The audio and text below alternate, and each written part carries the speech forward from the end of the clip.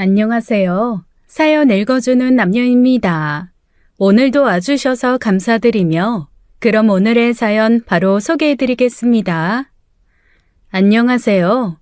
남동생 부부의 끔찍한 행동 때문에 엄마를 잃을 뻔한 40대 여성입니다. 저에게는 쌍둥이 남동생이 있어요. 부모님께서 저희를 늦은 나이에 어렵게 낳아서 부모님과 나이 차이가 좀 있습니다. 아버지께서는 10여 년 전 돌아가셨고 엄마는 지금 70대 후반으로 또래 부모님들보다도 연세가 많으신 편이죠.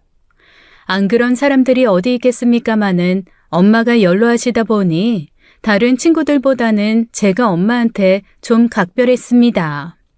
엄마와 좀 더 오래 함께 살고 싶어서 결혼도 좀 늦게 했고요. 저와 남동생은 둘 다 불만 없이 골고루 지원받아 자랐습니다. 저는 어릴 때부터 꿈을 이루고자 유럽으로 유학을 다녀왔어요. 그 덕분에 기반이 잘 잡혔고 벌이가 좋습니다. 저는 책임감이 강하고 할 말은 바로 하는 직설적인 성격이에요. 그런데 남동생은 저와 정반대죠. 할머니가 살아계실 때는 쌍둥이인데 제가 먼저 나와서 아들기를 다 죽였다고 말씀하셨습니다. 제가 자라면서 3분 차이로 남동생에게 이래라 저래라 했으니 남동생이 불만이 많았죠.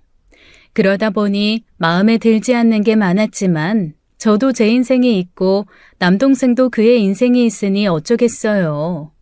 그래서 저는 제 의견이 맞다고 생각돼도 남동생이 스스로 결정한 부분에 대해서는 참견하지 않았습니다. 하지만 남동생이 처음 올케를 데려왔을 때는 가만히 있을 수가 없었어요. 올케는 저와 동갑이고 남동생과는 사내 커플로 만났습니다.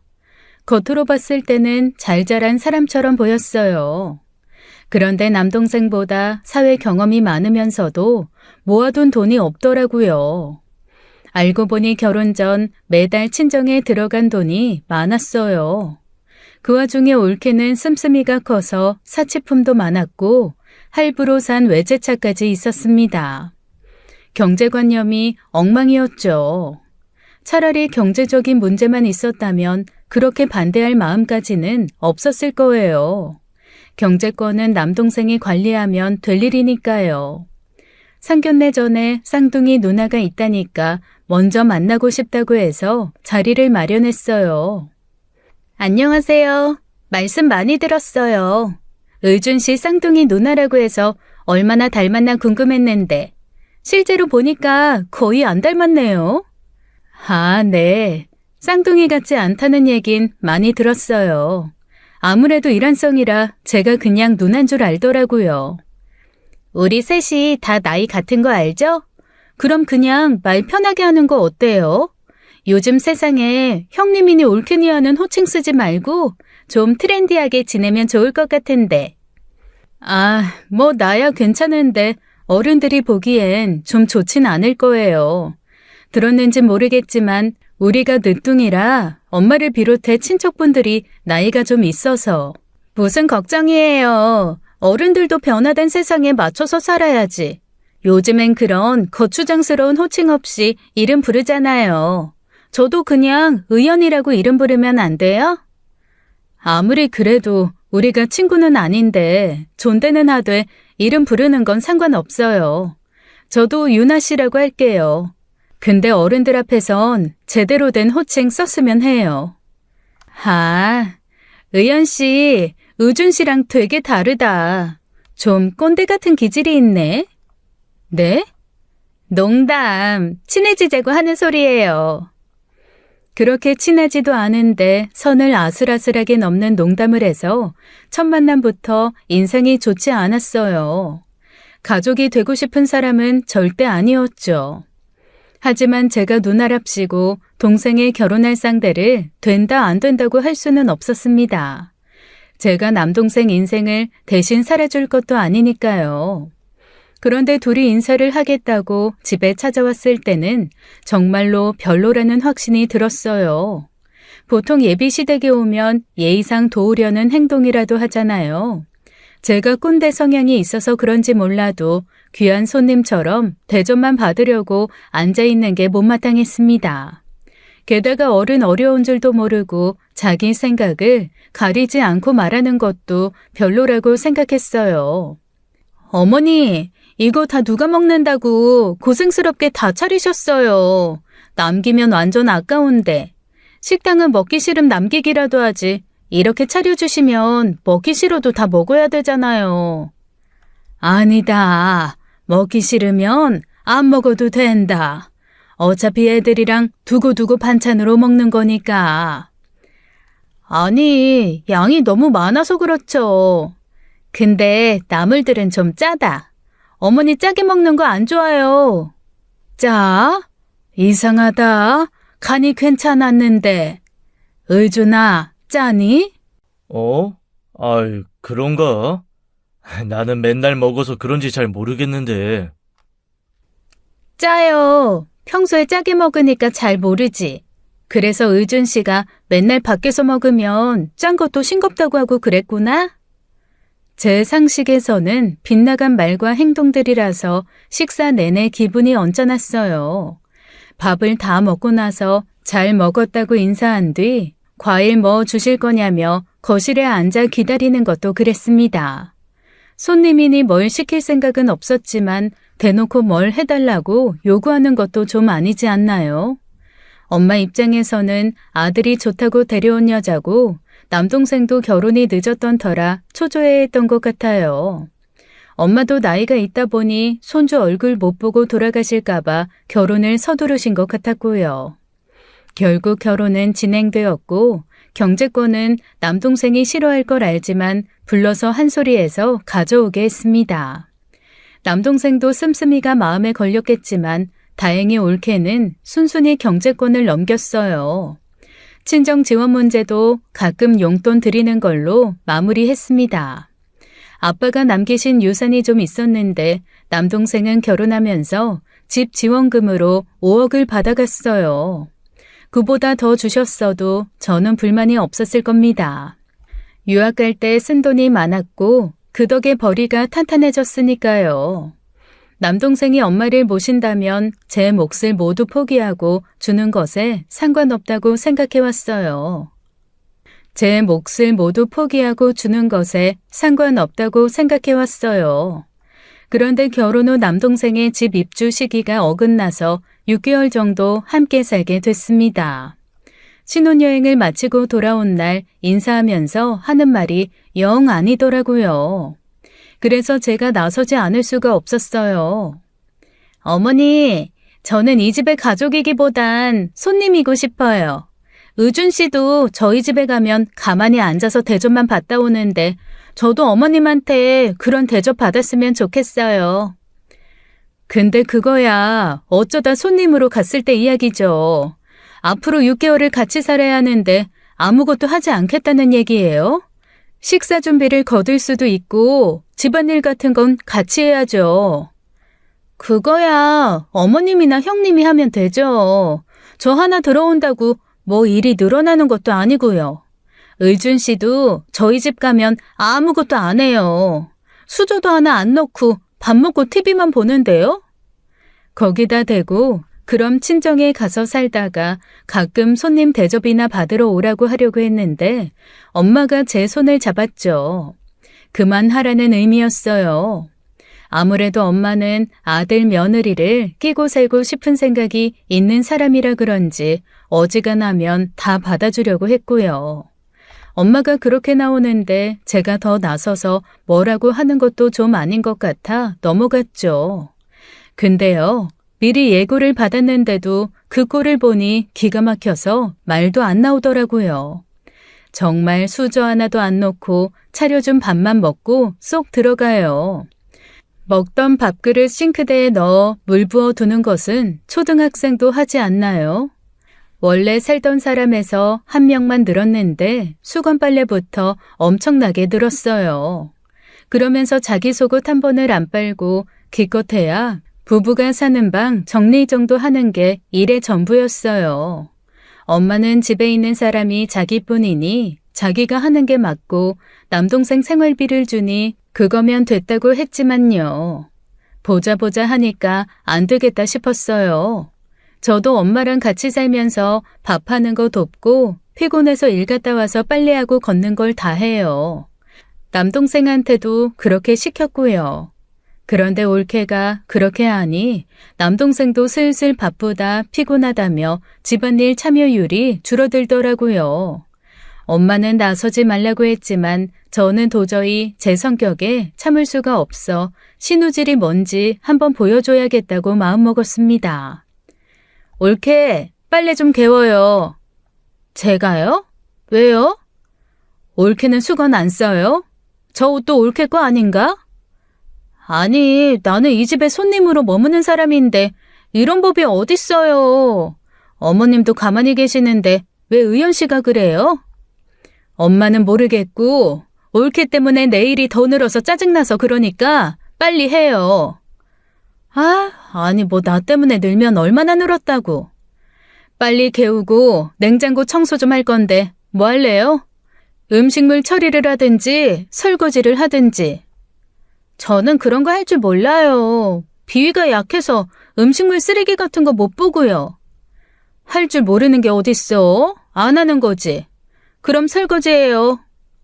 나 설거지 할 줄 모르는데. 그렇게 편하게 살고 싶으면 친정을 가든지 호텔을 가서 살아요. 그 뒤로 틈만 나면 불러다 일을 시켰어요. 밥을 먹을 때에는 못해도 숟가락이라도 놓게 했죠.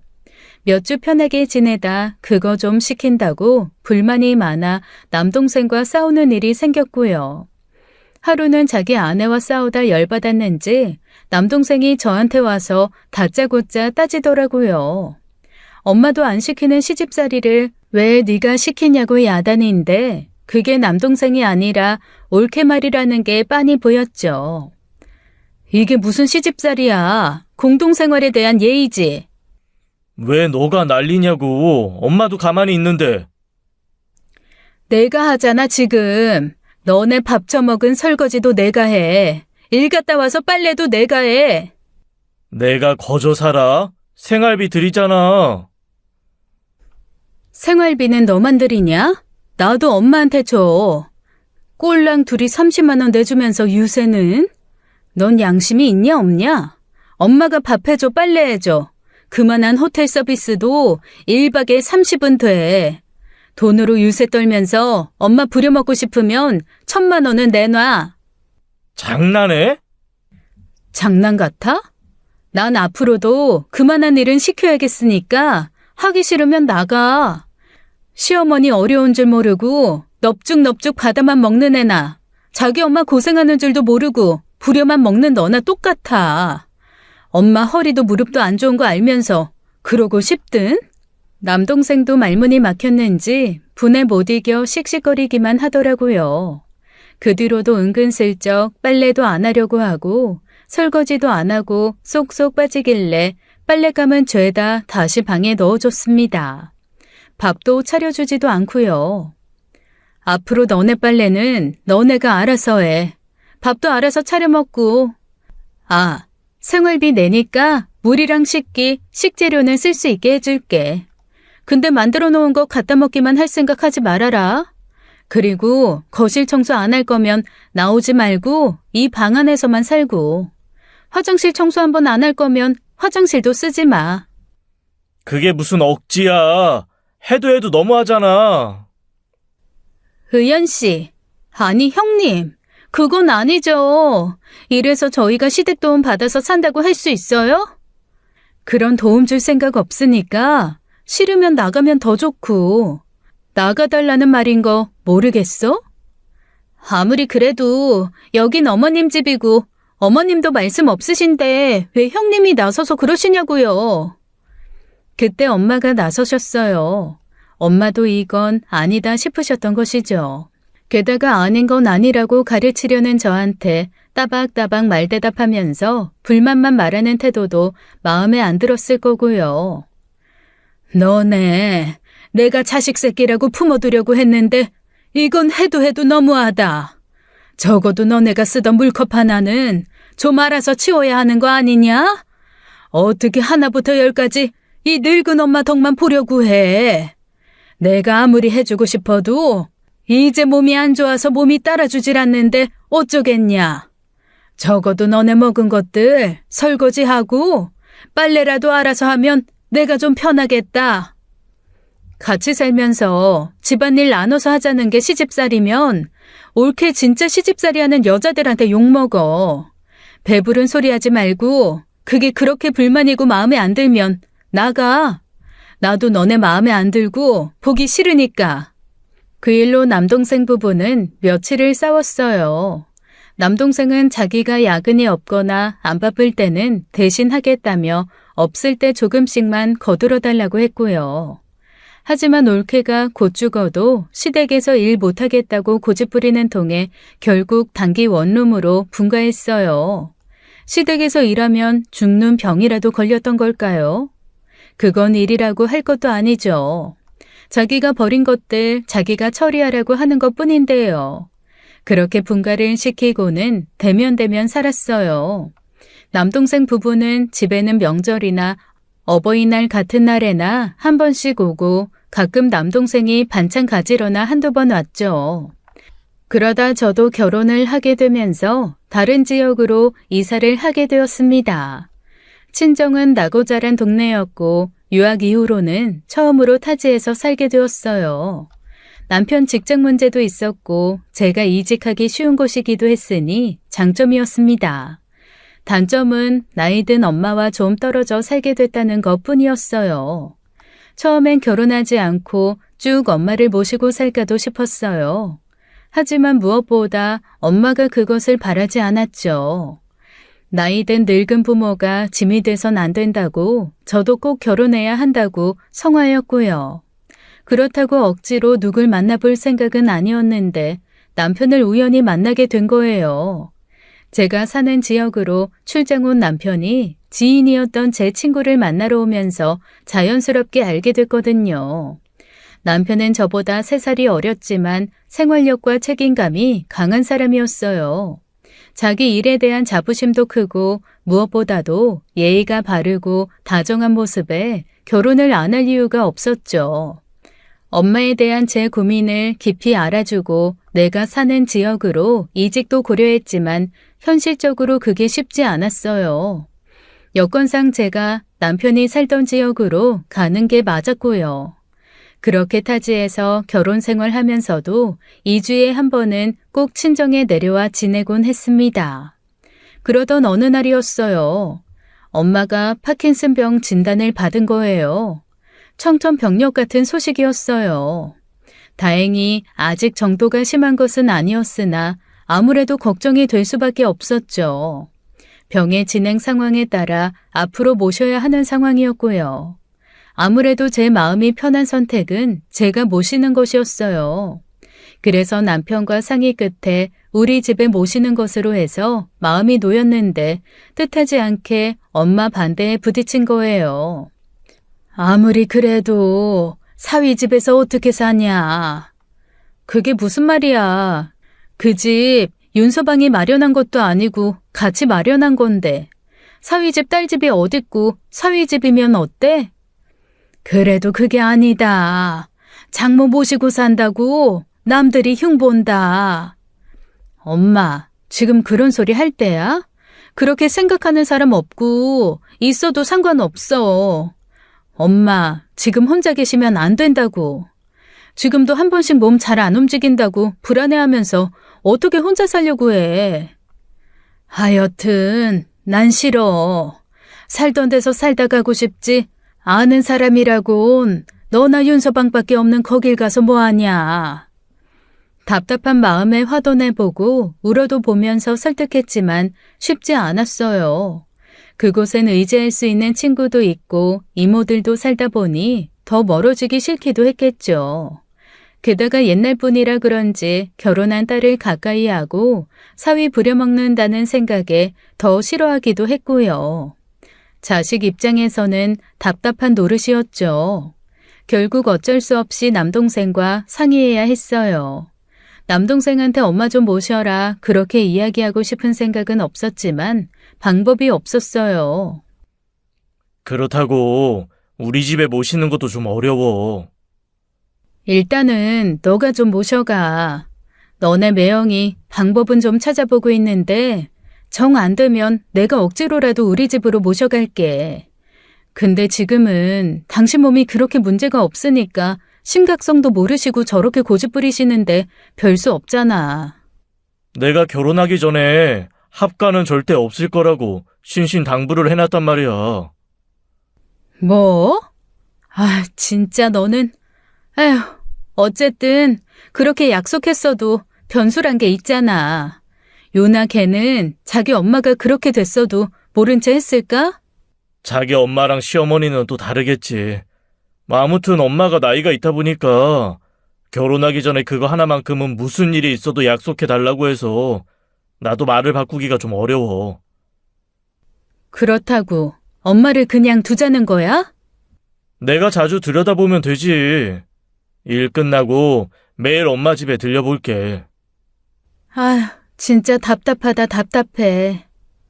이쪽도 저쪽도 특별한 해결책이 없다 보니 답답하기만 했어요. 제가 모셔가는 제일 좋은 방법이 있는데도 아직은 그렇게 심각하지 않다 보니 본인 의지를 꺾는 게 어려웠고요. 그때부터 파킨슨병을 공부도 많이 하고 매주 내려와 병원을 모시고 다니면서 증세를 완화시키려고 노력했습니다. 그 와중에 매일같이 들른다는 남동생은 야근이니 뭐니 하면서 엄마를 찾는 일이 점점 줄었고 싸우는 일도 잦아졌어요. 같은 배에서 나온 쌍둥이인데도 엄마 생각하는 건 나뿐인 것 같았으니까요. 남동생 성격에 엄마를 짐처럼 여긴다거나 마음이 없어서 그런 게 아니라는 건 잘 알아요. 하지만 결혼 후 올케에 휘둘려 사는 것 같아 속이 터질 것 같은 순간이 많았습니다. 아무리 결혼했다고 하더라도 부모 문제를 남처럼 선을 그을 순 없잖아요. 결국 생각해낸 결론이 남동생과 같은 아파트 단지로 엄마를 이사시키는 것이었어요. 엄마가 살던 아파트를 처분해서라도 같은 단지 작은 평수로 옮기는 쪽으로요. 그 옆으로 가면 남동생 시간 쓰는 일도 줄어들 것이고 더 자주 들여다볼 수 있으니 부담도 줄어드니 좋을 테니까요. 그래서 남동생을 만나 협상하려 했습니다. 부모님 유산에 대한 욕심이 없다는 이야기는 저 혼자만의 생각이었고 남동생에게 말한 적은 없어요. 하지만 이번에 유산 분배에 대한 제 생각을 밝히고 부탁할 생각이었던 거죠. 지금 집 팔고 나머지는 너가 좀 대출을 받아. 그래서 엄마, 너네 아파트 단지로 옮기자고. 대신 원금에 대한 이자는 내가 다 낼게. 그리고 나중에 엄마가 살던 집은 너가 가져가고. 그럼 넌 손해는 아니잖아. 어? 아이, 그건 좀... 그럼 네가 대출을 좀 받아서 이사시키면 안 돼? 나는 이번에 집 사면서 받은 대출이 있어서 많이 안 나와. 넌 회사에서 좀 대출 크게 받을 수 있지 않아? 어차피 지금 사는 집 대출도 적게 들어갔을 거 아니야. 그건 그런데 지금 내가 대출 받기가 좀 어려워서. 왜? 그게 뭐 돈 쓸 일이 있었어? 실은 얼마 전에 유나가 장모님 장인어른 가까이 모시고 싶다고 해서 대신 대출 받아서 이사하셨어. 뭐? 야, 김의준, 넌 생각이 있어 없어? 아픈 엄마 모시는 건 생각도 안 하고 있었으면서 대출을 받아서 처가를 이사시켰다고? 그냥 대출만 받아준 거야. 원금 이자는 알아서 갚으신다길래. 결혼 전에 자기 딸이 벌어다 준 월급 한 푼 안 모은 집에서 무슨 수로 원금 이자를 갚아줘. 너 진짜 등신이냐? 아니야. 진짜 준다고 하셨어. 그리고 나도 다 생각이 있어 그런 거라고. 그렇게 모시고 오면 내가 엄마 자주 들여다본다고 해도 유나가 할 말은 없을 거 아니야. 그래서 너가 자주 들여다볼 수는 있고 매일 가겠다고 해놓고 한 달에 고작 한두 번 가면서? 나도 할 만큼은 하고 있어. 어처구니가 없어서 그 길로 뒤도 돌아보지 않고 나와버렸어요. 옳게도 옳겠습니다. 자기 부모라고 생각했으면 온갖 야단을 하며 모셨을 거면서 혼자 남은 시어머니가 불쌍하지도 않았을까요? 집 지원도 해줬고 시집살이 시킨 적도 없었는데 한 번씩 들여다보면서 잘 계시나 확인해달라는 것도 안 했어요. 저도 며느리지만 이건 해도 너무하죠. 남동생도 옳게도 꼴도 보기가 싫었어요. 그러다 엄마가 계단에서 넘어져 다치는 일이 발생했습니다. 다행히 경비 아저씨께서 발견하시고 119에 신고해 주셨고 남동생과 저에게도 바로 연락을 주셨죠. 다행히 크게 다친 건 아니라 다리뼈에 금이 갔고 근육이 놀라 당분간 좀 쉬어야 하는 상황이었어요. 혹시 머리에 문제가 있을까봐 이틀 정도 입원하기로 했고요. 그러다 제가 병원 로비에 있던 올케의 전화 통화를 엿듣게 되었는데 정말 차마 들어줄 수가 없었습니다. 그래서 그 길로 머리채를 잡아버렸죠. 아, 몰라. 갑자기 병원까지 쫓아오게 됐어. 오늘 민정이랑 아울렛 갔다가 이자카야 가서 한잔 하기로 했는데. 맞아. 거기. 예약하기 대박 어렵잖아. 나만 못 가게 됐지 뭐. 이래서 홀시어머니가 문제야. 선아야, 너는 절대 홀시어머니 자리에 시집가지 마라. 그저 아들이 봉이라 이래서 부르고 저래서 부르고. 딸이 데려가겠다는데 그렇게 고집을 부려서 안 갔어. 아유, 밉상이야 정말. 시모 자리가 원래 그런가 봐. 그냥 밉상해. 아! 뭐? 야, 너 지금 뭐라 그랬어? 뭐? 밉상? 홀시어머니가 문제? 형님, 이것 좀 놓으세요. 놓고 말하세요. 이게 진짜 두고 보자 하니까. 내가 너 예뻐서 두고 본 줄 알아? 우리 엄마가 너한테 뭘 바랬냐? 우리 엄마 아프다고 네가 모시기랬어? 들여다보기랬어? 형님, 그게 아니라, 이것 좀 놔주세요. 아파요. 너네 엄마라도 그랬겠냐? 너네 엄마가 저렇게 다쳐도 그런 소리 나오겠냐고. 너는 천벌 받을 거야, 이 미친년. 유나야! 야, 이 김의원! 너 왜 그래? 왜 그러는 거야? 갑자기! 이거 놔! 이 등신 같은 새끼야. 너는 나중에 엄마 돌아가시고 후회는 하지 마. 죽을 때까지 엄마 볼 생각도 하지 마. 엄마 내가 모실 테니까. 저런 것도 자식 새끼라고. 그날 퇴근하자마자 병문안을 온 남편과 오랫동안 이야기를 나누었어요. 엄마가 나이가 들면 보살핌이 필요하다는 이유로 결혼도 미뤘던 저라서 엄마를 저대로 두는 게 정말 힘들다고요. 남편을 사랑하고 남편과 함께 있고 싶어 엄마를 두고 다른 지역에 갔던 저지만 더는 그럴 수가 없었어요. 남동생은 믿업지 못하니 엄마를 설득할 수 있을 때까지 같이 머물고 싶다고요. 당분간 주말 부부로 살아야 했지만 남편은 제 마음을 충분히 이해해 주었고 주말마다 친정으로 오기로 했죠. 그 길로 저는 바로 휴직계를 냈고 엄마와 함께 머물렀습니다. 시집간 딸의 손을 빌리는 것 때문에 사위에게 면목이 없다고 하시면서도 제가 있으니 한결 편해 보이셨어요. 불편한 다리에다가 안 그래도 파킨슨 때문에 운동 능력이 많이 저하된 상황이라 다른 사람의 도움이 필요했어요. 그러면서 엄마도 차차 자신의 병에 대해 인지하기 시작했고요. 남의 도움 없이는 살아가기 힘들다는 것을 받아들이면서 이제 좀 모셔가려나 했는데 뜻밖의 이야기를 꺼내는 겁니다.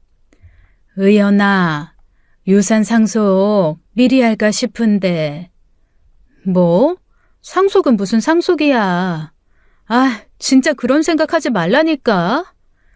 그래도 그게 아니다. 내 병이 그런 병이지 않니? 너네가 알아서 챙기겠지만 나는 너한테 좀 더 남기고 싶어서 그래. 그건 나중에 우리가 알아서 할 테니까 신경 쓰지 마. 너네는 신경 안 쓴다. 유나, 그게 좀 신경 쓰여서 그렇지. 유나? 의준이, 그건 내가 준 만큼만 가져가도 아무 말 안 할 녀석이지만 유나 그게 고집 부리면 네 것도 욕심을 부릴 거야. 며느리도 자식이라지만 잘하는 자식한테 마음이 더 가기 마련이다. 아까워, 그거한테 가는 게. 그런 생각 가지고 있을 줄은 몰랐네. 그래도 며느리라고 한없이 감싸기만 할 줄 알았더니. 이렇게 된 거 어쩌겠냐. 결혼 잘못해서 내 아들 등신돼 가는 거야. 이제 어쩔 수 없는 일이다만 너까지 피해보는 거 싫다. 그것들 손에 들어가봤자 자기 친정에나 가져다 주겠지. 그래도 엄마가 알아서 다행이네. 알았어. 조만간 의준이 불러다 이야기해. 엄마가 워낙 말수가 적고 불만이 있어도 내색하는 타입이 아니라서 올케를 그렇게까지 생각하고 있는 줄은 몰랐어요. 그러다 재산 정리를 할 때가 되니 괜한 걱정이 앞선 겁니다. 아버지께서 힘들게 모은 재산이었기에 이왕이면 의미 있는 곳에 쓰고 싶다는 생각을 종종 하셨어요. 아이가 늦게 생겨서 젊어서 보육원 봉사활동을 시작하셨었는데 몇 년 전까지만 해도 꾸준히 다니셨죠. 남동생이랑 이야기를 해본 건 아니지만 엄마가 뜻이 있다면 유산 중 일부를 기부하는 것도 저는 찬성한다고 했고요. 그렇게 남동생을 불러다가 유산 이야기를 하게 되었죠. 그런데 생각지도 못하게 올케까지 따라온 거예요. 엄마 예상대로 남동생은 자신에게 주겠다는 부분에 대한 불만이 없었는데 올케가 끼어들어 불만을 얘기하더라고요. 근데 어머니, 어째서 이 사람이 더 적은 거예요? 너네는 결혼할 때 지원을 하지 않았냐? 그렇게 따지면 형님도 유학생활하면서 가져가신 돈 많잖아요. 그렇게 따져 물으면 의준이 저거한테도 그거 못지않게 들어갔다는 건 알아둬야 할 것 같구나. 안 그러냐? 뭐, 그렇지. 등록금에 아르바이트 한 번 안 하고 용돈 타서 쓰면서 의연이만큼은 아니어도 단기 어학연수도 갔다 왔고 의연이는 오히려 대학 다닐 때 장학금 타서 든 돈이 별로 없었다. 그래도 이건 좀 아니죠. 아니긴 뭐가 아니야? 그리고 어차피 내가 엄마 모실 건데 사실 의준이 너한텐 이것도 많은 거 아니야? 뭐, 누나가 엄마 모신다고 하면 그렇긴 하지. 무엇보다도 올케. 올케가 뭔데 지금 우리 남매가 부모님 유산 이야기하는데 끼어들어? 왜냐뇨. 저도 자식이나 다름없는데 당연히 할 수 있는 거 아니에요? 어이가 없네. 자식은 무슨 자식? 손님 대접해달라면서 손님이 남의 집 재산에 왈가왈부 할 수 있나? 아니, 어쨌든 저는 의준이랑 부부로 사는데. 아무튼 그렇게 알아. 우리가 나중에 알아서 할 일이지만 엄마가 미리 그렇게 하고 싶으시다니까. 올케는 끝까지 납득하지 못했지만 이야기가 그렇게 마무리되었다고 생각했습니다. 느닷없이 남동생 부부가 엄마를 모시고 가겠다고 하기 전까지 말이에요. 갑자기? 집 근처에도 모시기 힘들다고 했으면서 엄마를 집으로 모신다고? 엄마는 계속 여기 살고 싶어 하시는데 무리하게 친인척도 없는 네 사는 지역까지 가는 건 좀 그렇잖아. 그거야 전에도 말했잖아. 근데 곧 죽어도 안 된다고 한 건 너 아니야? 유나한테 그것만큼은 약속했다면서. 아니 뭐 유나도 엄마가 그렇게 안 좋아지신 거 보고 마음이 안 좋았겠지. 뭐? 걔가? 하하, 퍽이나. 야, 너는 같이 살면서 네 아내를 그렇게 몰라? 아니면 모른 척하는 거야? 뻔하지. 너 지금 내 상속분 탐내냐? 말을 왜 그렇게 해? 유산 그거 얼마나 된다고? 됐어. 괜히 분란 만들지 말고 유나한테도 끼어들지 말라고 해. 내가 다른 사람은 몰라도 유나 그거한테는 엄마 못 맡겨. 왜 못 맡겨? 그리고 내가 있는데 뭐가 걱정이야? 내가 설마 엄마 방치라도 할까봐 그래? 너만 엄마 자식이야? 나도 엄마 자식이야. 그러니까 왜 그 자식돌이를 지금껏 안 하다가 이제야 하겠다고 나서냐고. 그리고 세우기 하나도 보기 힘들다고 자기 친정부모 도움받으면서 화장실 하나도 부축이 필요한 노인네를 지가 무슨 수로 돌봐? 너가 일 그만둘 거야? 난 휴직계 냈고 정 안 되면 일 그만둘 거야. 그러지 말고 좀 믿어줘라. 너가 그랬잖아. 엄마 죽으면 후회할 거라고. 후회 안 하려고 그래. 저는 도무지 남동생 부부를 믿을 수 없었고 그래서 그 제안을 받아들이지 않았어요. 하지만 제가 간과했던 것이 있죠. 그 제안을 받아들이고 말고는 제가 아닌 엄마의 선택이라는 것을요. 엄마가 잠시 고민을 해봐야겠다고 하는 겁니다. 고민하고 말 것도 없이 저것들 유산 때문에 그러는 것이라고 해도 듣질 않으면서요. 그리고서 엄마는 제 걱정도 모르는 바가 아니니 당장 유산 상속을 하는 대신 유언장을 작성하겠다고 했죠. 변호사의 도움을 받아 유언장을 작성했고 공증 절차도 받았습니다. 끝까지 부양한 자식에게 유산의 80%를 남긴다는 것이 주된 내용이었어요. 유언장의 내용은 상황에 따라 재작성될 수도 있다는 것을 명시했죠. 당장 상속받을 수 없다는 사실 때문인지 올케의 표정은 썩 좋지 않았지만 그만하면 됐다 싶었습니다. 아무튼 엄마는 그렇게 동생네에서 살기 시작했는데 저는 아무래도 걱정이 되었어요. 엄마가 일단 걱정하지 말라고 했지만 올케를 아는데 걱정이 안 될 수가 있나요?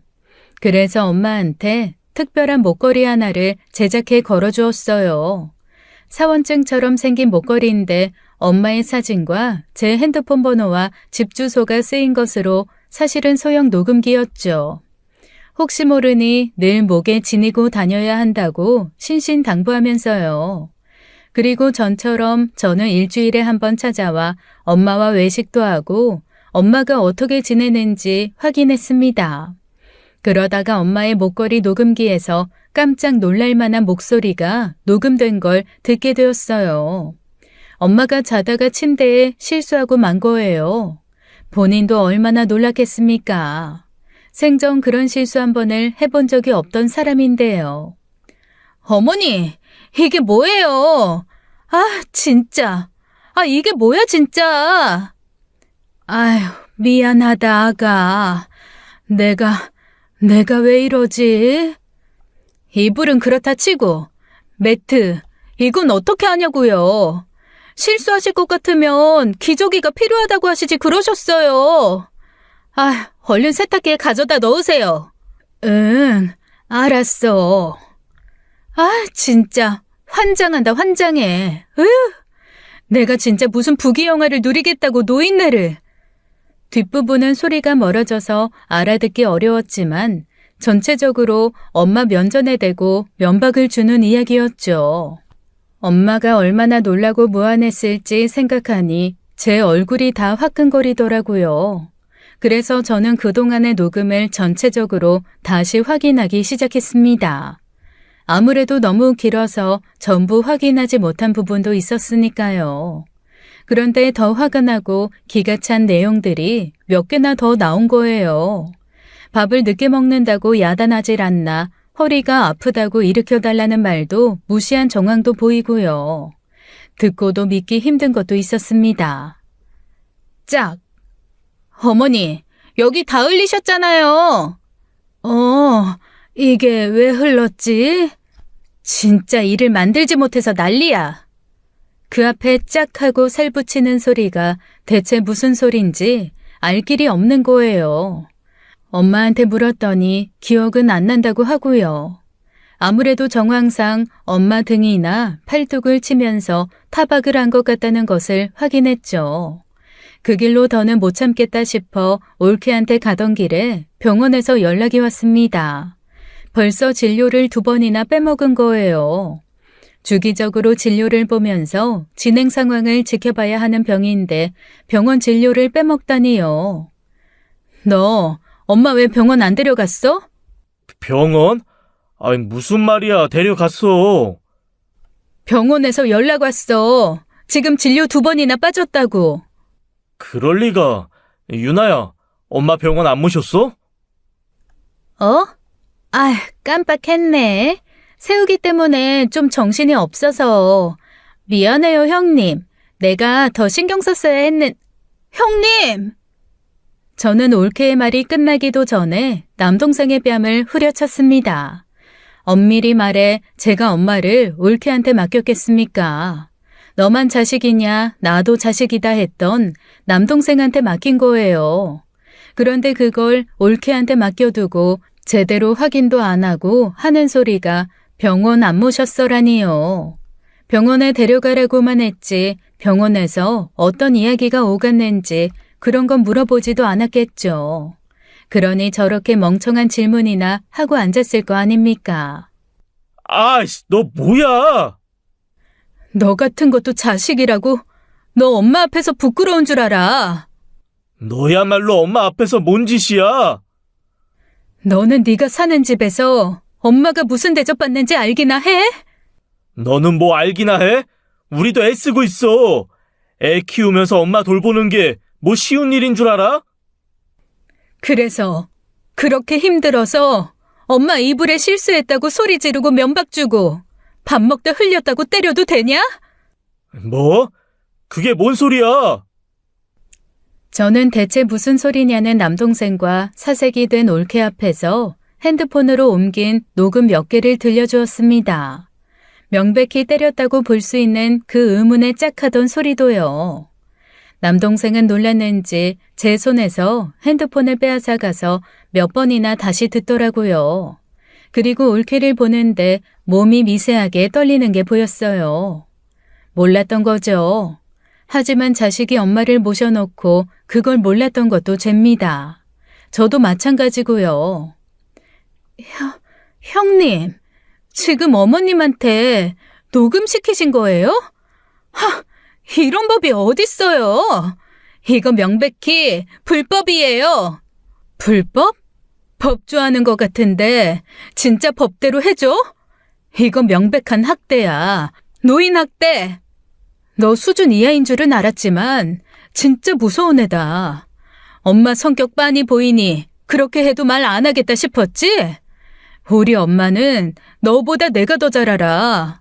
내가 뭐 하나 믿는 구석도 없이 이 집에 엄마를 보냈겠어?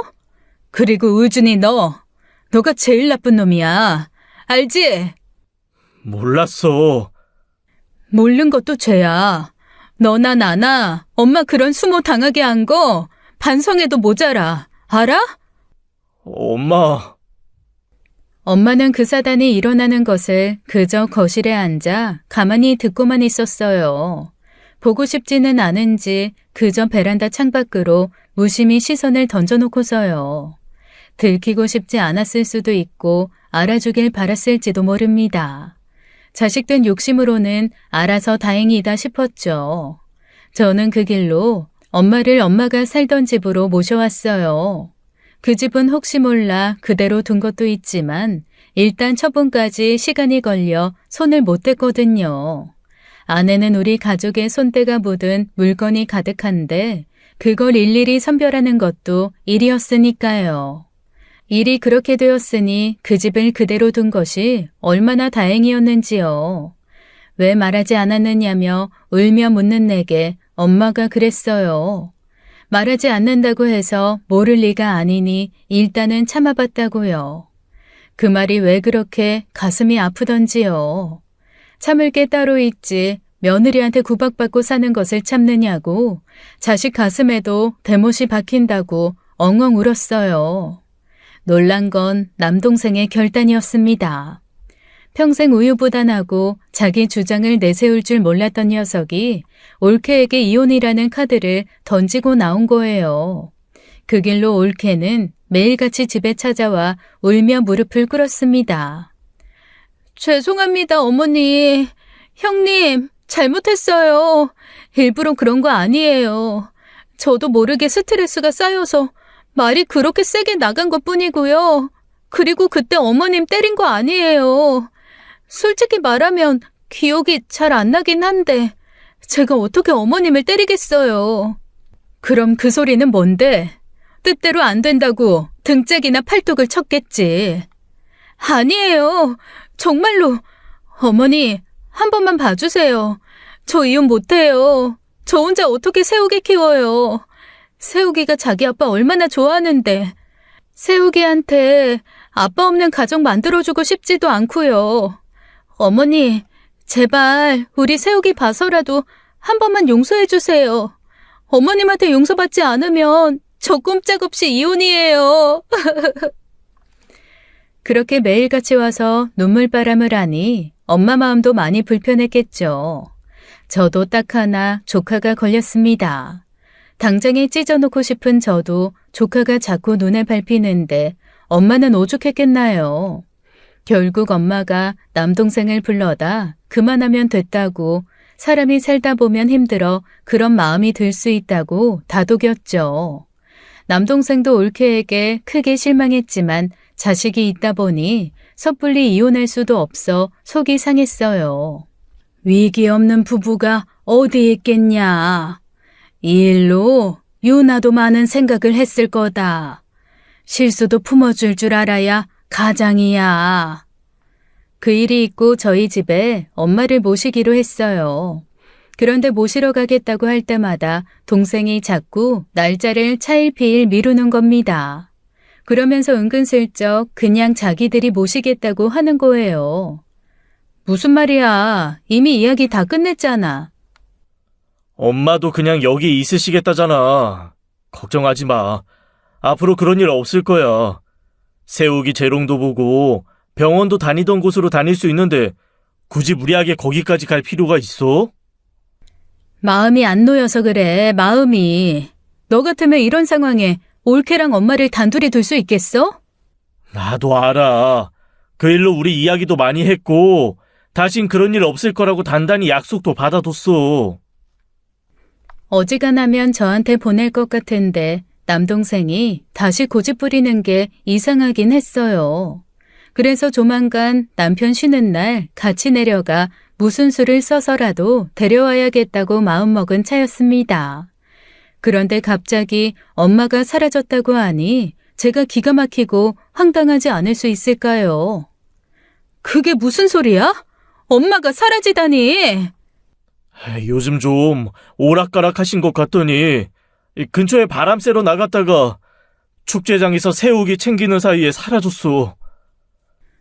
아픈 사람 끌고 무슨 축제장이야. 너넨 둘씩이나 돼서 엄마 하나 제대로 못 봐? 나도 한다고 했어. 일단 실종 신고해놨으니까 기다려보자. 아, 진짜. 내가 널 믿은 게 잘못이지, 내가. 그때 저는 정말 두려웠습니다. 엄마를 영영 찾지 못할지도 모른다는 생각에 너무 무서웠어요. 우느라 정신을 못 차리는 저를 남편이 데리고 엄마가 사는 곳으로 갔죠. 그리고 엄마를 잃어버렸다는 동네 근방을 미친 듯이 찾아다녔습니다. 경찰에도 알렸고요. 곧 여든이 되는 노인이 무슨 힘이 남아돌아 멀리 갔겠습니까?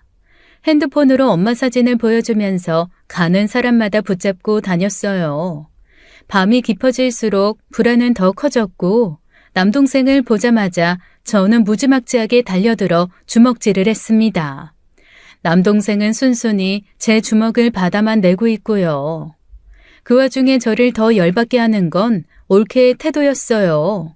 저는 먹을 생각도 씻을 생각도 들지 않은 상황에서 올케는 혼자 밥도 먹고 애도 씻기고 화장품까지 다 챙겨 바르더라고요.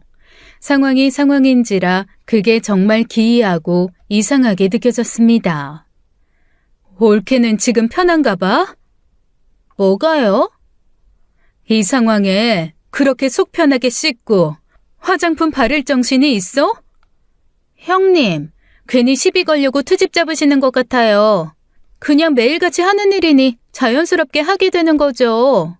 저도 어머님 걱정 많이 돼요. 안 그래도 요즘 기억력도 안 좋아지셨고, 그럼 그럴수록 제대로 살펴야 할 거 아니야. 저도 몰랐어요. 세욱이가 갑자기 자기 좋아하는 장난감 있다고 뛰어가 버리는데, 그럼 어머님 보자고 아들 놓쳐요? 그러니까 그게 보기 힘든 상황인 거잖아. 그래서 내가 데려가겠다고 했는데 왜 그렇게 고집을 부린 건데? 아, 됐다. 말을 말자. 내가 너네랑 무슨 말을 하겠니? 그렇게 며칠이 지났는지 모르겠습니다. 살아도 사는 것 같지 않았어요. 뭘 어떻게 해볼 수 있겠느냐고 경찰에 맡기고 손만 놓고 있는 남동생을 두고 저와 남편이 그 근방을 다 뒤지고 다녔습니다. 전단지를 만들어 배포하면서 제발 엄마 좀 찾아달라고 그 작은 동네의 읍내 상인들까지 찾아다니면서 호소했어요. 그리고 기적같이 엄마를 찾았다는 연락을 받은 겁니다. 무려 사라진 곳에서도 2시간이 떨어진 장소였어요.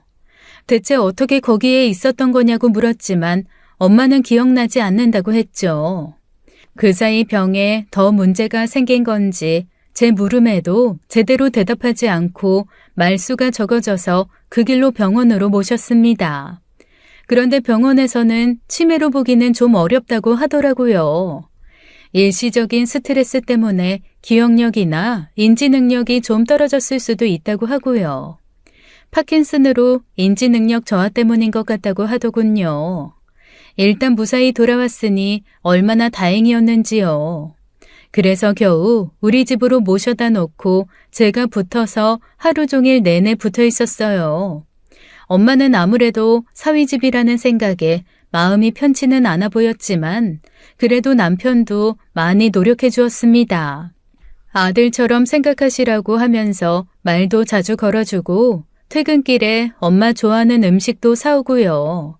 엄마랑 둘이 데이트하겠다며 저를 두고 같이 산책하며 운동시켜주기도 했죠. 그렇게 2주 정도 지났을 겁니다. 갑자기 남동생 부부가 찾아온 거예요.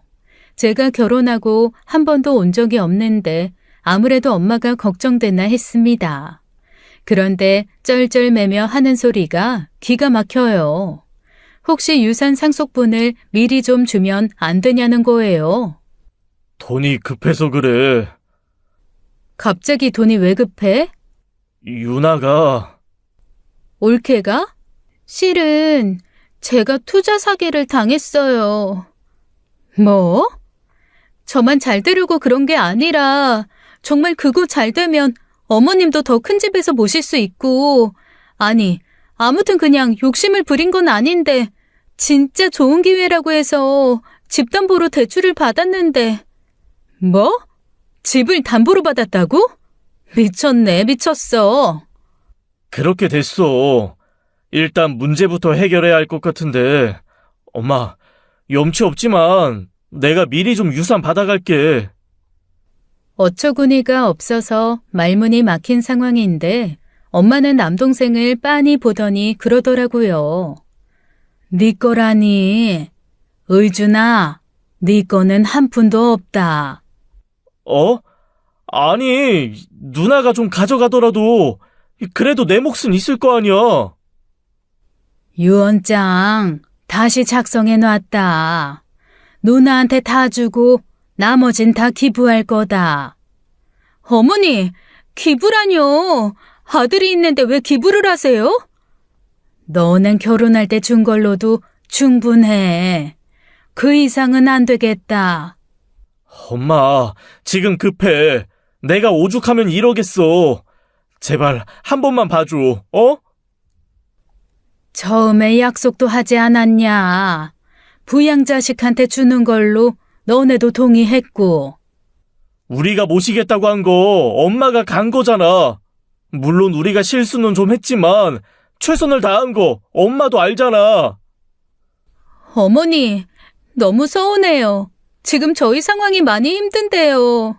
안 그러면 집 팔고 집 옮겨야 하는데 세우기 키우기엔 지금 집이 적당하단 말이에요. 전 그러시면 소송을 해서라도 이 사람 목 찾을 수밖에 없어요. 뭐, 소송? 그래, 마음대로 해라. 엄마! 변호사한테 다 알아봤다. 너는 내가 보태준 집값이면 네 목 충분히 챙긴 거야. 너한테 준 만큼 의연이한테 주고 나머진 보육원에 기부할 거다. 어머니! 정말 해도 너무하는구나. 사람이 정도가 있어야지. 대체 네가 날 위해서 뭘 최선을 다했냐. 네 가족을 위해, 네 자신을 위해 최선을 다해서 날 버리려고 한 건 아니고? 네? 이것도 내 죄다 싶어 끝까지 묻어가려 했는데 말이다. 여기까지 찾아와 돈만 밝히는 게 나는 도저히 괘씸해서 안 되겠다. 의준이, 윤하, 너는 나를 일부러 버린 거 아니냐? 어머니, 그게 무슨 말씀이세요? 내가 정신이 오락가락한 것 같으니 그래서 너 어떻게 했냐? 네? 의준아, 너는 어떻게 했냐? 둘이 나를 차에 태우고 거기로 데려다 놓지 않았냐?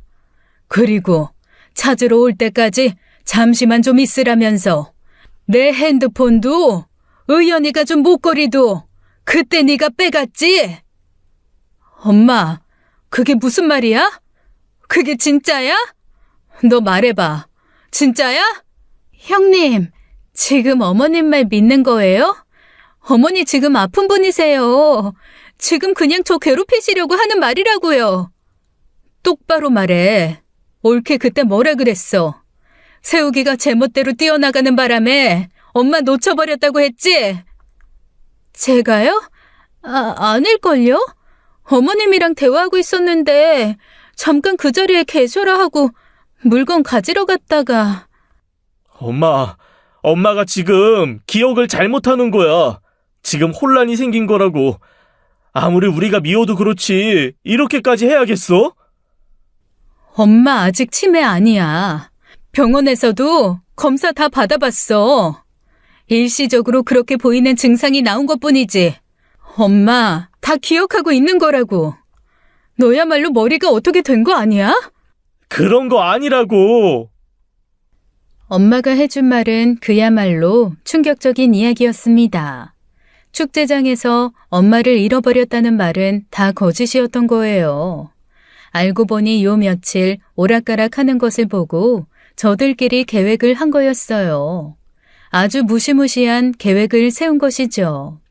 엄마를 멀리 떨어진 지역에 아는 사람에게 맡겨두고는 실종신고를 한 거였어요. 그리고 유산 상속을 받을 수 있는 기간까지 그대로 두기로 하려던 심산이었던 거겠죠. 엄마는 치매가 아니라 일시적 인지 능력이 떨어졌던 상황이었을 뿐이라 다 기억하고 있었습니다. 자신을 두고 가면서 남동생이 뭐라고 했는지 기약도 없이 남의 집 살이하면서 밥을 하고 청소도 했대요. 그러다 그 집에서 한눈을 판 사이에 집 밖으로 나와 그냥 무작정 경찰서로 갔답니다. 전화고 뭐고 없으니 경찰서에 가서 나한테 연락을 한 거였어요. 몇 번을 생각해도 아들이 자신을 버리듯이 두고 간 것이 맞나 싶어 입을 꾹 다물고 있다가 이제야 털어놓은 거죠. 아무리 생각해도 내 남동생 머릿속에서 나왔을 것 같진 않아 추궁하니 둘은 끝까지 발뺌을 하더라고요. 아니라고요. 어머니 대체 왜 이러세요? 저희가 뭘 그렇게 잘못했다고 저희를 그렇게까지 나쁜 사람으로 만들어요. 나는 남의 집 자식인 너는 몰라도 내 자식은 좀 믿어보고 싶었다. 그래서 믿기지가 않아서 그 집에서 여러 날 잠도 못 자고 네 생각만 했다, 의준아. 난 너를 모자라게 키운 것 같지가 않은데 대체 뭐가 모자라고 부족해서 나한테 그렇게까지 해야 했을까? 엄마, 그게 아니라. 아무리 제 자식 자기 마누라가 1순위가 되었어도 그렇지. 아무리 재산이 탐이 나도 그렇지. 어떻게 다른 사람도 아니고 내 배 아파서 낳은 내 자식이 그럴 수가 있는지. 엄마. 의준아, 나는 너네한테 줄 돈은 10원 한 장도 없다. 그리고 당분간은 둘 다 안 보고 싶다. 엄마, 그게 아니라 오해야. 오해라니까. 어머니 그게 아니라요. 다 시끄럽고 당장 내 집에서 꺼져. 너는 정말 천벌받을 거야. 나중에 반드시 후회하게 될 날이 올 거야. 담보대출이니 뭐니 너네가 알아서 다 정리해. 그렇게 퍼다 준 너네 친정한테 달라고 하든지. 형님! 당장 안 꺼져? 그리고 의준이 너도 앞으로 우리 집에 오지 마. 행여나 엄마한테 무슨 일 있어도 연락 안 할 거니까 기다리지 마. 그 길로 남동생 부부를 쫓아내듯 내버렸고 한바탕 폭풍이 몰아치고 간 집에서 저와 엄마는 눈물을 훔쳤어요. 엄마는 그 길로 바로 유산 정리를 다 마쳤습니다. 제게 여생을 부탁하며 일부를 주고 나머지는 젊었을 때부터 오갔던 보육원과 노인복지원에 기부하셨고요. 남동생은 뻔질나게 찾아와 만나달라고 하더라고요.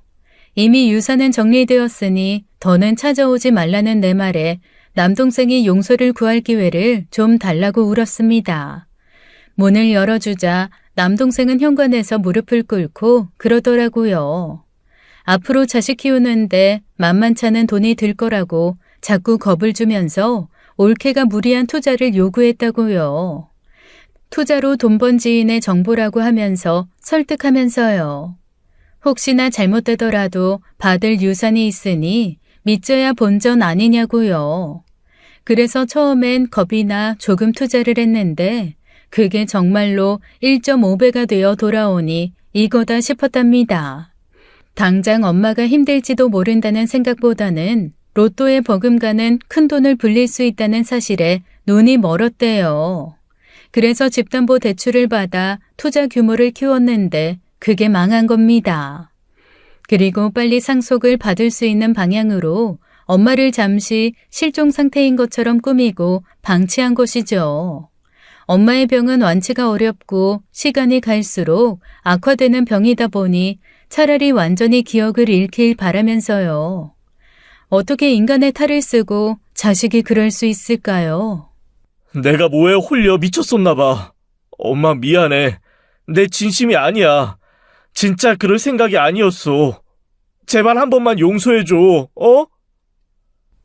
그렇게 엎드려오는 남동생을 당장이라도 흠씬 때리고 쫓아내버리고 싶다는 생각에 한숨만 푹푹 나왔어요. 그런데 엄마가 그런 남동생을 빤히 바라보며 하는 말에 우리는 모두 얼어붙고 말았습니다. 총각은 왜 그렇게 울어? 아유, 안쓰럽게. 엄마! 울지 마, 총각. 괜찮어. 괜찮을 거야. 엄마 나 알아보겠어? 응? 우리 딸이지. 왜?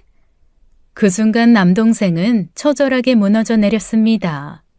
기어오다시피 들어와 엄마를 끌어안고 미안하다, 잘못했다, 엉엉 울었죠. 엄마가 당황해하고 불편해해서 억지로 떼어놓고 돌려보내야 했습니다. 엄마가 완전히 남동생을 잊은 건 아니었지만 치매가 시작된 것 같더라고요. 정신을 차린 후에도 남동생이 찾아왔다는 사실을 전혀 알지 못하고요. 그 뒤로도 몇 번 찾아왔지만 그때마다 엄마는 남동생을 알아보지 못했습니다. 아마 앞으로는 남동생도 어쩌면 저도 잊어버리겠죠. 엄마의 병에는 브레이크가 없어요. 앞으로도 느리지만 천천히 더 깊은 병의 중심부로 달려갈 겁니다. 엄마의 마지막 기억 속에 남동생이 그렇게 남아버린 것이 안타까울 뿐이에요. 남동생은 그 며칠 사이에 살도 많이 빠졌더라고요. 자신을 기억하지 못하고 총각이라고 부르는 엄마 손을 잡고 어제도 한참을 울다 갔습니다. 이혼은 하기로 했다고 해요. 올케 친정집에 대출금이 있으니 집을 팔고 남은 돈은 남동생이 갖고 양육권은 넘기기로 했답니다. 어쩌다 우리 가족이 그렇게까지 됐는지 모르겠어요.